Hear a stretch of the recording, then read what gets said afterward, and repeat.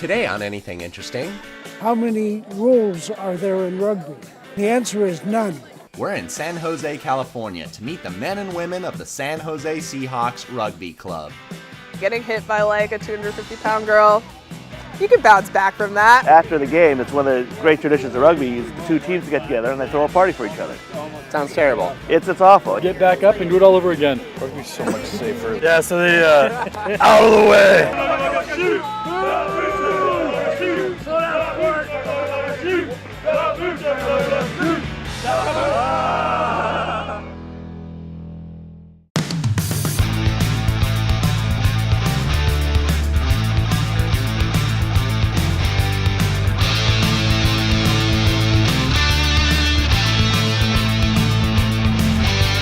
Hey folks, welcome to Anything Interesting. I'm Grason, and today we're out with the San Jose Seahawks, a local rugby team that we met on the last episode at the Beer Walk. Now when we met these people, they were so much fun, and we had such a good time talking with them, we knew we had to come out and see a game. Let's go take a look.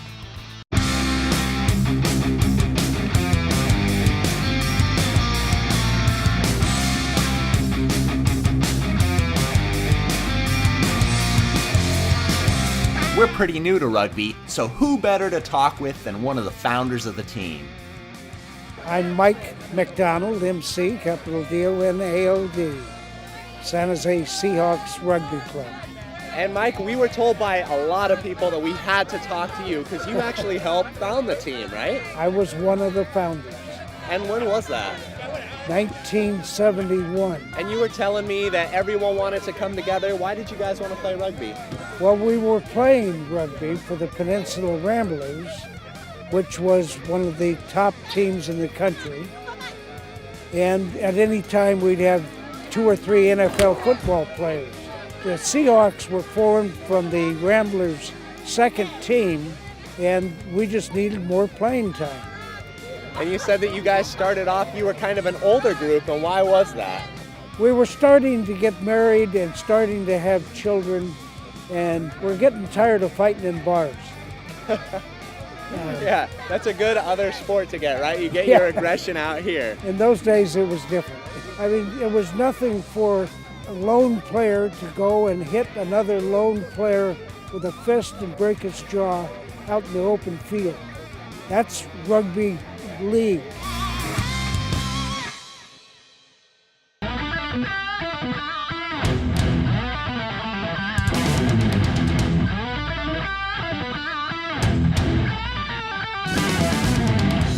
The weather was crazy that day, ranging from bright and sunny to a torrential downpour.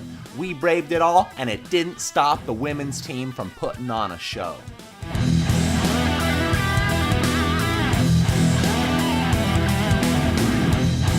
Hi, I'm LP. I'm the president of the women's side of the San Jose Seahawks rugby team. So LP, what's the best thing about coming out to rugby on a Saturday? The best part, well, there's 2 good things. So you get to play rugby, which means you get to get rid of all the aggression from the week and go and hit people. And then you get to socialize with the other team, hang out, see how they got into rugby and whatnot. And then since we have both a men's and women's team in our club, the women's team socialize on the side of the field and then get to watch rugby, and then we all go out and hang out in downtown San Jose afterwards and just enjoy the fact that we're awesome. That is pretty awesome. So what got you into rugby then? My freshman year of college, I went to UC Berkeley, and I went to a men's rugby game there and was just taken, oh my God, this looks like so much fun. And my friend I went with was like, we have a women's team. I'm like, I did not. So I started my sophomore year, and I have not turned back. So who can join? If you wanted to play, who can join? Anybody can join. We have women on our team that have experience from first practice out, have never seen a rugby ball, to people who have been playing rugby for 24 years. So it's been pretty nice. We're still building the team here in San Jose. So we definitely are open to all kinds of experience and everything. Getting tackled doesn't hurt as bad as you think it would. Really? Yeah. I agree with that. Brass is a lot softer than you expect, and going down is really easy to just get back up from. Don't psych yourself up too much. Just because once you get your adrenaline running, it's not as bad as you think it's gonna be. Getting hit by a 250-pound girl, you can bounce back from that. Definitely. It's true. Yeah, no. I'm noticing a theme. Y'all keep saying it's so scary, like it's so scary you're gonna get smashed, and then you do it and you're just rolling around and hitting and it's okay? Yeah, it's definitely okay. They always say get your first hit early so that you get hit and you're like, oh yeah, that wasn't that bad. I can get hit some more. And then you go in, like when you get back up and stuff, when you go in and you can hit a lot harder with more confidence and stuff. And I think as long as you have that confidence, you can drive through the person like pretty easily. Like some people go down like more easily than you think, and you think that getting hit is gonna hurt more than it does, but it really doesn't hurt like that. Yeah. Because on the sidelines, you just hear the wet slap of meat. It's the best sound ever. And then we just watched somebody dislocate his finger and tape it back together and run out there. And so Oh my God! There's this guy. It was like our last home game, and he was sitting on the sidelines. We call him Shoulder Guy. Dislocated his shoulder. He was sitting on the sideline, but we couldn't tell, and we were like watching him. We were like, "You okay?" And he goes, "Boom," and you like watch his whole arm just like snap back into place. Gets back up and runs back out and keeps playing the rest of the 80 minutes. Wow. Was like all of us on the sidelines were like, "Are you all right?" And he like pops his shoulder back in, and we all go.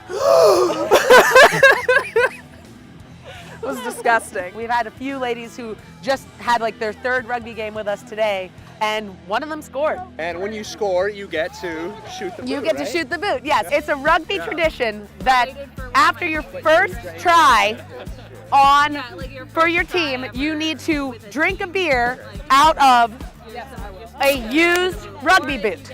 So the San Jose Seahawks have two people who just scored their first try today. We got Jess, the boot, tra-la-la, shoot, the boot, and Sam, the boot, tra-la-la, shoot, the boot, shoot, the boot, tra-la-la, shoot, the boot, shoot, the boot. Now that we're getting familiar with rugby, we thought it'd be best to consult with an expert on the rules of exactly how this game works.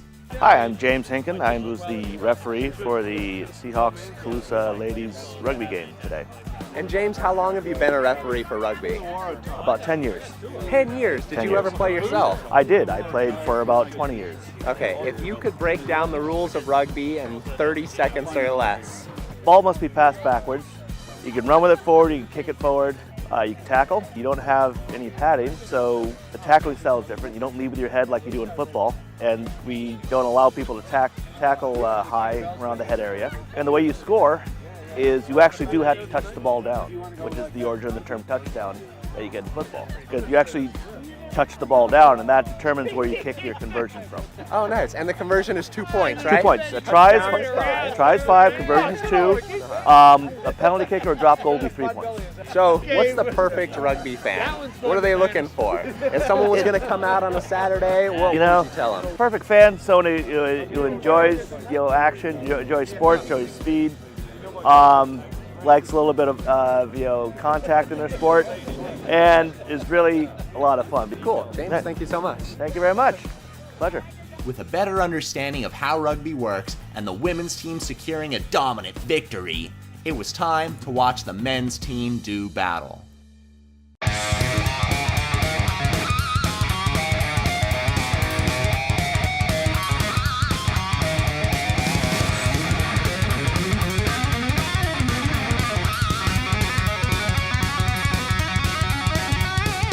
Guys, how long have y'all been playing rugby here? Oh, it's an interview. You can come in, it's cool. Come in. Just introduce yourself. I'm Aaron Goldfarb. Great. Is that all right? Yeah, no, that's fine. Aaron, how long have you been playing rugby? 5 years. 5 years? And what about you guys? Where'd you start? This is my 19th season. I started at Bellarmine College Prep at College Park Rugby because the high schools didn't allow you to have a team officially with the high school back then. But now there's all the high schools are getting bigger on it, and it's really growing. Victor, where did you start playing? Actually, I started playing in high school, but I only did 4 months in high school, and then I said I'm going to play through college, so I played all through college. It's been 4 years, so I'd say total like 7 years playing rugby, so it's fun, and hopefully I hope to get at least 7 years more out of it. Nice. What do you guys say to someone that you're trying to get to come out to the first time? No, I'm fine. It's the greatest game you'll ever play. It's the ultimate team game too. You know, when you win or lose, it's really dependent on the 15 people on the field really working together and being cohesive as kind of one unit. And usually the team that does that better wins. I found too that the guys that have the physical outlet in high school and college, like wrestling or football, that have the contact and still want to keep doing something when they're, you know, a little bit older after they graduate college. You know, you can't grab a helmet and go play in some adult football league, really. You don't find that too much. Whereas these guys play, I'm 35, so people play into their 30s, and even we have a 40-year-old on the team. So you can keep playing, keep that contact, get the aggression out, still have that camaraderie of the team, even into your, you know, silver years. Yeah. Different than football, you get to play both sides of the ball, playing offense and defense, which is, you're not specifically an offensive player, you're not specifically a defensive player, you're on both sides of the ball, which is just... Everybody tackles, everybody touches the ball, everybody does pretty much, essentially everything. So if you're a lineman in football, like Holcomb here, he's a big dude, you probably wouldn't touch the ball much if you played American football. Today I threw him the ball, 5 or 6 times, and he got to, that was just fun, You get to do a little bit of everything. Yeah. So Taylor and I, we played football in high school, so I feel like we're not, weaklings or anything, but we're listening to just the meat-on-meat acting of the game. Everyone keeps saying, "Oh, it's not that bad. It's not that bad." It's really not. It's really like a hit in the neck. Go down for a couple seconds. You're like, okay, time to get back up and do it all over again. Yeah, so the out of the way. We're filming At right least there. turn your back so they can see your hands. Move it or lose it. So they can see your face. I'm pouring a drink. Yeah. So this atmosphere, I mean, there's not any other sport where people are mixing drinks on the sidelines, and why rugby? Yeah, there's a big social aspect to rugby. Despite the fact that two teams beat the snot out of each other for hours, they all get together at the end of the day for an awesome rugby tradition. Because after the game, it's one of the great traditions of rugby is the two teams to get together and they throw a party for each other. Sounds terrible. It's awful. You'll have a couple of beers and swap. You swap stories with the person you just played against. Find someone to hit you really hard, like well done. Next time I'll get you. Kick the crap out of each other for 80 minutes and pat each other on the back and drink beers afterwards. Yep. Yeah, it's a big time. Like Dan said, hospitality. We could take our club to Scotland and be immediately welcome to 5 or 6 of the local clubs, and they take us in, show us around, put us up, give us food and beer. So if you want to join, if you actually wanted to play, what does it take to play? It's easy. Just come out to practice. Pulse and breathing. I mean, pulse and breathing. It takes some natural aggressiveness. You need to be into contact, and then there's also an attitude that has to come with it of camaraderie and the brotherhood. Anyone could come out, and then the guys that succeed are the ones that fall in love with the game. What do you guys think that you want most? Do you want more people to come out and watch? Do you want more teams? What should we say out to the world right now? Both. I mean, the youth rugby is coming up big, so the numbers of people that are just playing rugby is increasing. But at the men's club level, come on out. If you consider yourself athletic, if you played in high school, you played any sports in high school, any sports in college, and you still want to do something athletic on a team, as opposed to just going to the gym, then come on out. Awesome. Put some boots on. Gents, thank you guys so much for talking to me today. Thanks a lot. Thanks for hosting us. Thank you. All right, take care. Yeah.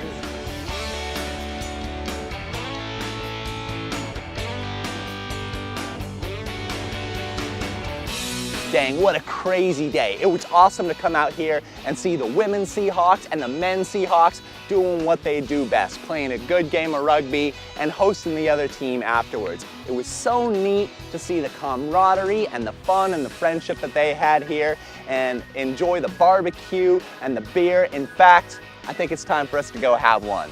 Maybe we won't drink it out of a shoe like some of these crazy folks. Can will do just fine. This is Grason from Anything Interesting, and we'll see y'all next time. Hey Taylor, what's something you've learned while filming? We can always film more no matter how much we think we did. How about you? I learned how time-consuming and expensive it is to film one of these episodes. This isn't our full-time job and we are far from rich. I work in admin. I drive for Lyft. And if you like our videos and you want us to keep checking out neat locations, inspiring people, and exciting events, visit us on Patreon and toss us a few bucks each month. It'll help us do more videos, go to cooler places, and improve our equipment. That means we don't have to build any more equipment out of PVC pipe. Just $1 each month will go a long, long way. We're poor. so we can go where you want us to. Like the Roswell Alien Museum? Sure. Or how about the only diamond mine in North America? Well, we've actually been there before. We didn't have a show at the time. Or but even the Panama Canal. That's a bit of a longer drive, but yeah, we can go there. And we've always talked about going to South Korea. Okay, bring it back to reality. All right, what about